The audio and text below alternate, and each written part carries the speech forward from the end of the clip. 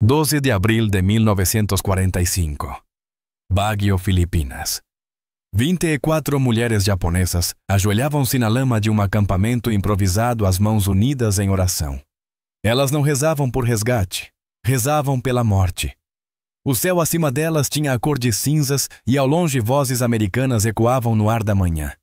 Este era o fim que lhes haviam ensinado a esperar rápido, brutal final. Antes de continuarmos com esta história extraordinária, se você está encontrando valor nestes capítulos não contados da história, deixe seu like e inscreva-se no canal. Escreva um comentário dizendo de onde você está assistindo. Seja de Tóquio, do Texas ou de qualquer lugar entre eles, o seu apoio mantém vivas essas histórias esquecidas. As mulheres ouviram o som de botas se aproximando. Botas americanas pesadas, determinadas.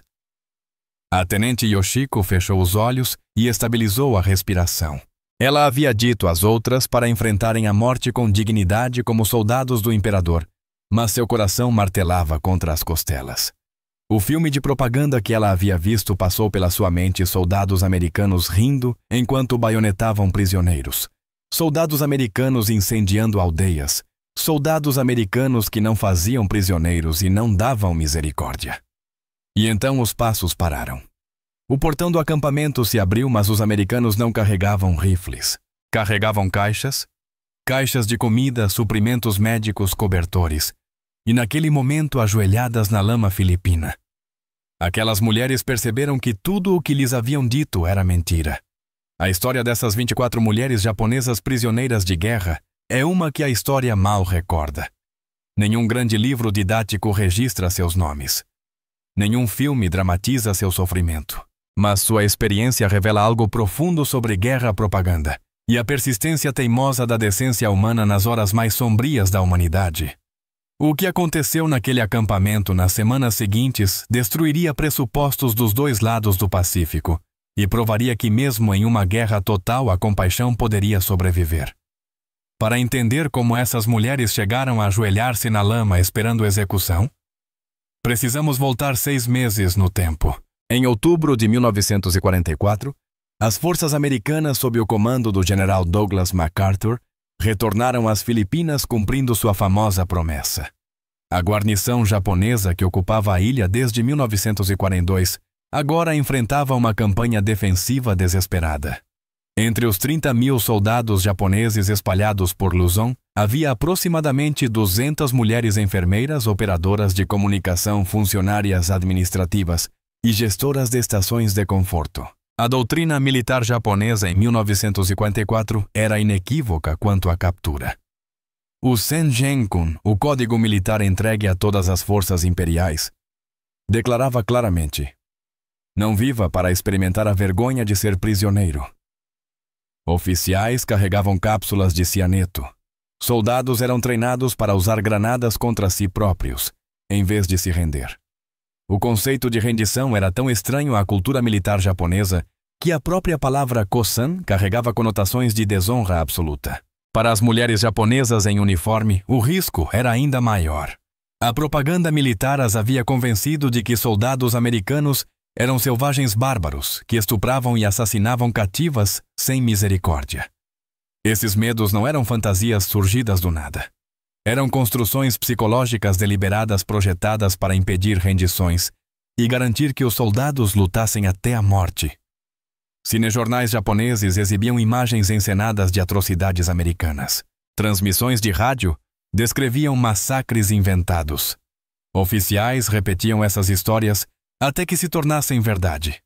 Em março de 1945, quando as forças americanas avançaram para a região montanhosa de Baguio, o perímetro defensivo japonês entrou em colapso. A maioria das tropas japonesas recuou para as montanhas para travar guerra de guerrilha, mas aproximadamente 2 dúzias de mulheres enfermeiras de um hospital de campanha, 3 operadoras de comunicação e várias funcionárias administrativas ficaram isoladas da força principal. Durante 3 semanas, esconderam-se em edifícios abandonados e cavernas, sobrevivendo com raízes forrageadas e água contaminada. A sargento Macho Tanaka, de 31 anos, havia servido como enfermeira cirúrgica na Manchúria antes de ser enviada às Filipinas. Ela mantinha um diário cujos fragmentos sobreviveram à guerra. Em 28 de março escreveu: "Não temos comida, não temos remédios. Fumo está queimando de febre. À noite ouvimos patrulhas americanas passando por perto. Cada noite penso, amanhã eles nos encontrarão. Amanhã tudo acaba." A captura não veio com violência, mas com exaustão. Em 1º de abril, uma patrulha americana descobriu as mulheres em um armazém desabado nos arredores de Baguio. O soldado de primeira classe, Robert Chen, um Nisei servindo como intérprete, estava com a patrulha. Seu relato, registrado em uma entrevista de história oral de 1982, descreve a cena. Elas estavam no canto encolhidas como animais assustados. Seus uniformes estavam rasgados. Algumas estavam descalças. Quando nos viram, não correram. Apenas fecharam os olhos e começaram a rezar. Pensei que rezavam por misericórdia. Depois percebi que rezavam pela morte. As mulheres foram transportadas para um campo de detenção temporário nos arredores da cidade. Não era um campo de prisioneiros tradicional. As forças americanas avançavam rápido demais para estabelecer instalações permanentes. Era simplesmente um perímetro vigiado, algumas tendas, uma fonte de água. As mulheres receberam um espaço para dormir e rações mínimas, mingau de arroz 2 vezes ao dia, ocasionalmente complementado com peixe seco. Os guardas americanos, em sua maioria jovens soldados de infantaria da 360ª Divisão, não tinham treinamento para lidar com prisioneiras. A maioria nunca tinha visto uma mulher soldado japonesa. As ordens eram simples: proteger o perímetro e impedir fugas.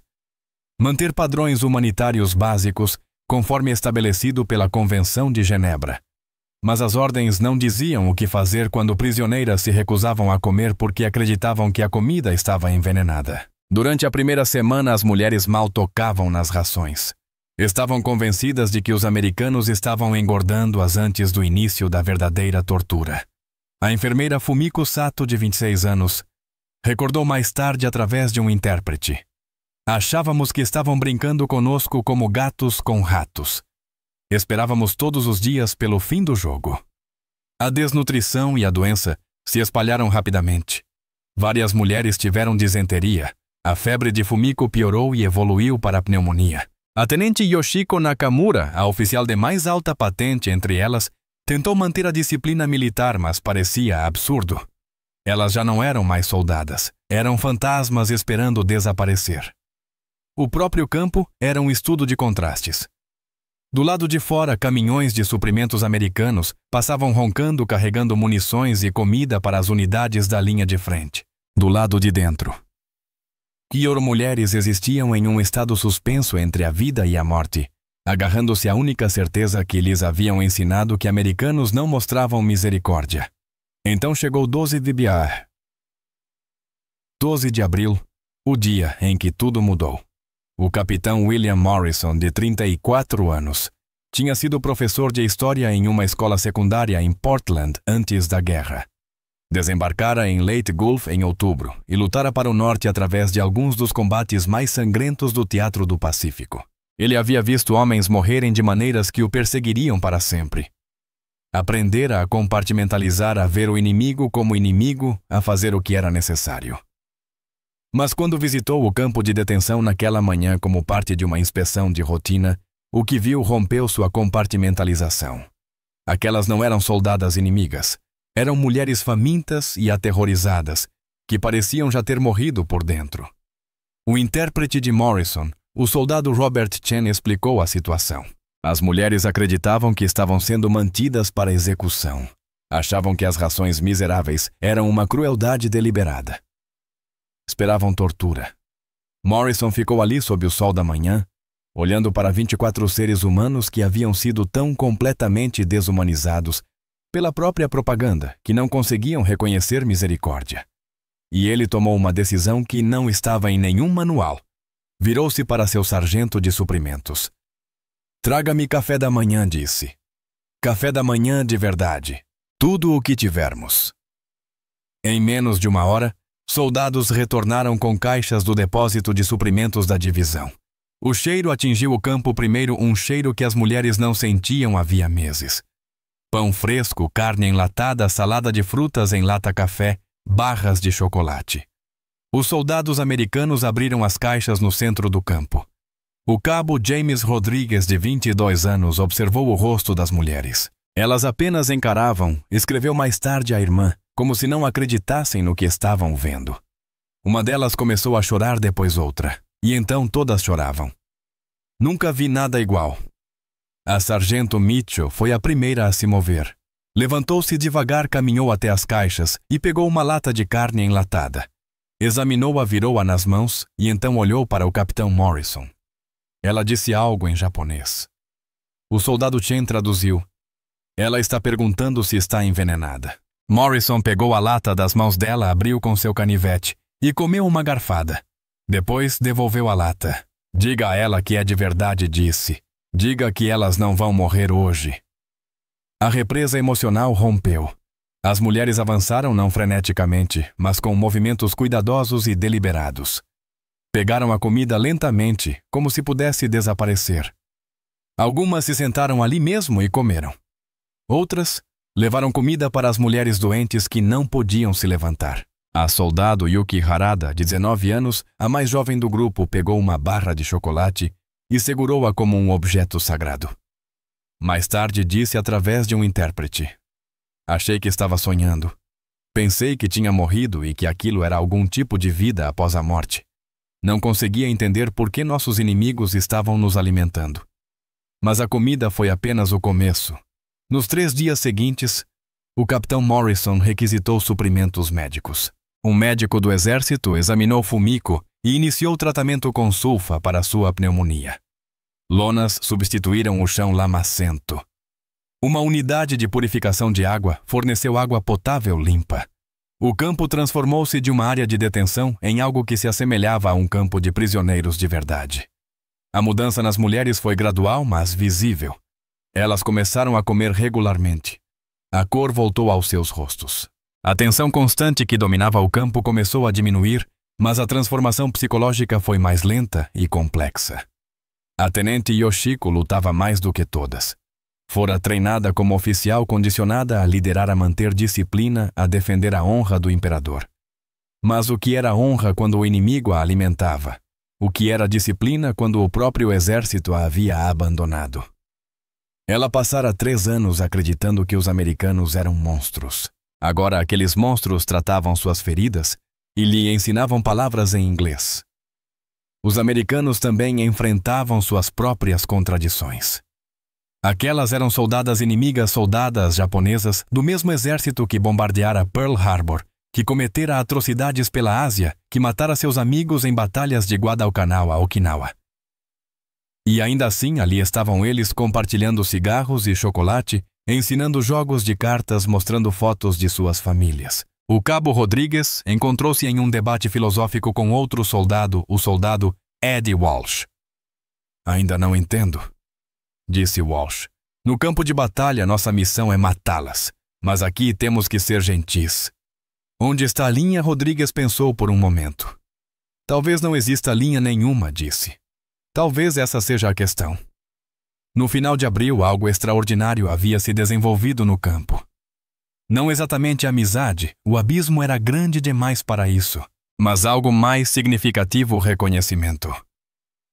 Reconhecimento de que o inimigo era humano. Reconhecimento de que a humanidade persistia mesmo quando tudo o mais falhava. As mulheres japonesas começaram a ensinar frases básicas em japonês aos guardas americanos. Os americanos as ensinavam inglês em troca. Elas compartilharam histórias cuidadosamente no início, depois com mais naturalidade. A sargento Michiko, que fora enfermeira, passou a consultar os médicos americanos sobre o tratamento das mulheres doentes. Seu conhecimento médico era respeitado e valorizado.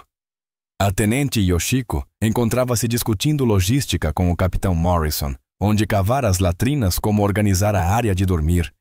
Questões práticas que não exigiam ideologia, apenas bom senso. Uma tarde no início de maio, uma súbita chuva tropical fez todos correrem para buscar abrigo. A soldado Yuki acabou sob uma lona com três soldados americanos. Eles ficaram sentados ali observando a chuva. e alguém passou um maço de Lucky Strikes. Por 20 minutos eram apenas pessoas se abrigando de uma tempestade. Quando a chuva cessou, Yuki olhou para os soldados e disse com seu inglês hesitante: "Mesma chuva, mesmo céu." Um dos soldados, o soldado Danny O'Brien, assentiu. Disse ele. Mesma chuva. Foi um momento pequeno facilmente esquecido, mas representou algo monumental, uma rachadura nas certezas absolutas que a guerra exigia um vislumbre do mundo como ele realmente era, não como a propaganda o pintava. A guerra nas Filipinas estava praticamente encerrada no final de maio. As posições defensivas japonesas haviam colapsado. As forças sobreviventes estavam espalhadas pelas montanhas isoladas de suprimentos e comando. Em 8 de maio, a Alemanha se rendeu, embora a notícia levasse dias para chegar aos campos remotos nas Filipinas. A Guerra do Pacífico continuava, mas todos percebiam que entrava em sua fase final. O capitão Morrison recebeu ordens para transferir as prisioneiras para uma instalação maior em Manila. O campo seria desmantelado. Os americanos avançariam para o norte. A pequena e estranha comunidade que havia se formado se dissolveria. Na noite anterior à transferência, Morrison reuniu as mulheres e explicou através do soldado Chen o que aconteceria. Elas iriam para Manila, receberiam cuidados médicos adequados. Eventualmente, quando a guerra terminasse, seriam repatriadas para o Japão. As mulheres ouviram em silêncio. A sargento Micho finalmente falou. O soldado Chen traduziu. Ela está perguntando se o senhor estará em Manila. Morrison balançou a cabeça. Não. Minha unidade seguirá em outra direção. Micho assentiu lentamente. Depois inclinou-se em uma reverência formal profunda. As outras mulheres seguiram o gesto. Não era submissão. Era respeito, gratidão, reconhecimento. Morrison, desconfortável com a formalidade, devolveu a reverência de forma desajeitada. Vocês merecem ser tratadas como seres humanos, disse. Fico feliz por termos conseguido fazer ao menos isso. Na manhã seguinte, caminhões chegaram para transportar as mulheres a Manila. Enquanto se preparavam para partir, cada uma se despediu dos soldados que havia conhecido. A tenente Yoshiko apertou a mão do capitão Morrison. O senhor nos mostrou, disse ela em inglês cuidadoso, que tudo o que nos disseram estava errado. Morrison assentiu. Talvez essa seja a verdadeira vitória, disse ele, aprender que o inimigo é apenas gente. As mulheres chegaram a Manila em 12 de maio e foram processadas em uma instalação maior que abrigava centenas de prisioneiros japoneses, tanto militares quanto civis. A instalação era melhor equipada, barracões e enfermaria adequada, refeitórios organizados, mas algo havia se perdido na transição. A intimidade do pequeno campo, as interações diárias que haviam humanizado os dois lados, havia sido substituída pela rotina institucional. As consequências psicológicas apareceram lentamente. A enfermeira Fumiko, curada da pneumonia, começou a enfrentar pesadelos. Sonhava que estava de volta ao antigo campo. Mas nos sonhos, os americanos eram tão monstruosos quanto a propaganda prometera. Ela acordava confusa sem saber qual realidade era verdadeira. A psicóloga do exército, a capitã Eleanor Hayes, observou em seu relatório. Muitas prisioneiras japonesas exibem sintomas de grave dissonância cognitiva. Suas experiências contradizem tudo o que seu treinamento militar as condicionou a acreditar. A tenente Yoshiko enfrentava uma crise diferente, a crise de identidade. Ela havia se definido durante anos como oficial do exército imperial. Mas o que isso significava agora? Seu exército a havia abandonado. Seu país estava perdendo. O inimigo demonstrara mais honra do que seus próprios comandantes. Yoshiko passava horas na pequena biblioteca da instalação, lendo qualquer livro disponível em japonês, tentando reconstruir um senso de si mesma. A soldado Yuki, a mais jovem, adaptou-se com mais facilidade. Ela mal tinha deixado a adolescência e fora menos moldada pela doutrinação militar. Tornou-se amiga de algumas mulheres civis prisioneiras, aprendeu mais inglês e até começou a ensinar japonês a algumas das enfermeiras americanas da instalação. Ela estava construindo algo novo a partir das ruínas do que existira antes. Em 15 de agosto de 1945, a voz do imperador Hirohito chiou pelo rádio, anunciando a rendição do Japão. A guerra havia acabado. Na instalação de Manila, a notícia trouxe alívio, tristeza e confusão. Para muitas, a rendição era impensável. Algumas se recusaram a acreditar. Outras choraram abertamente. A sargento Micho ficou ouvindo lágrimas escorrendo, embora não soubesse ao certo por que derrota, alívio ou anos perdidos. Pensou no capitão Morrison e nos americanos que a haviam alimentado quando ela esperava a morte. Eles haviam conquistado mais que a guerra. Haviam provado que, mesmo no caos, a humanidade podia sobreviver. A repatriação levou meses. As mulheres do campo de Baguio esperaram em Manila escrevendo cartas para casa, sem saber quais verdades podiam revelar. Em novembro foram colocadas em um navio de transporte da Marinha da US com destino ao Japão. Quando a tenente Yoshiko embarcou a capitã, Reis perguntou: "O que você vai contar às pessoas?" Direi, respondeu Yoshiko, "que o inimigo me ensinou mais sobre honra do que meus próprios comandantes ensinaram." 12 dias depois, atracaram no porto de Uraga. O Japão estava em ruínas, cidades queimadas, pessoas famintas, pouca esperança. Voltar para casa foi mais difícil do que a própria captura. Micho encontrou sua aldeia em Hiroshima parcialmente destruída, mas sua família viva. Sua mãe a incentivou a guardar silêncio sobre a guerra, mas Micho não conseguiu permanecer calada. Trabalhou em uma clínica contando aos pacientes sobre o americano que lhe trouxera café da manhã. Alguns duvidaram. Um médico idoso disse: "Talvez seja assim que reconstruímos não com armas, mas com empatia." Yoshiko reencontrou o marido, um oficial da Marinha. As primeiras conversas foram dolorosas. Ele havia lutado contra americanos, enquanto ela aprendera a vê-los como pessoas. Lentamente, encontraram terreno comum, o cansaço e o desejo de paz. A soldado Yuki, com apenas 20 anos, enfrentou a maior dificuldade. Conhecera apenas a guerra, mas encontrou propósito ensinando inglês em Yokohama. Quando os alunos perguntavam onde ela havia aprendido o idioma, ela respondia com o inimigo. "Eles me ensinaram que inimigos podem se tornar professores." Em 1947, 15 das 24 mulheres reuniram-se em Tóquio. Durante uma refeição modesta, brindaram à sobrevivência. Yoshiko disse: "A sobrevivência." Fumiko, a enfermeira, acrescentou: "Aos homens que nos mostraram que sobreviver podia ser honroso." Yuki sussurrou: "As segundas chances." E Micho disse simplesmente: "A lembrar para nunca esquecermos como é a humanidade mesmo na guerra." Os reencontros diminuíram com o tempo. Em 1982, o historiador Thomas Nakamura entrevistou Michiko, agora com 73 anos. Ela mostrou seu diário. "Os americanos nos trouxeram comida. Como fazemos sentido de inimigos que nos alimentam?" Ela disse: "As piores mentiras são as que nos fazem ver os outros como menos que humanos." O capitão Morrison lembrou de forma simples: "Nós lhes demos café da manhã, só isso. Sem medalhas, sem manchetes, apenas uma pedra em Tóquio."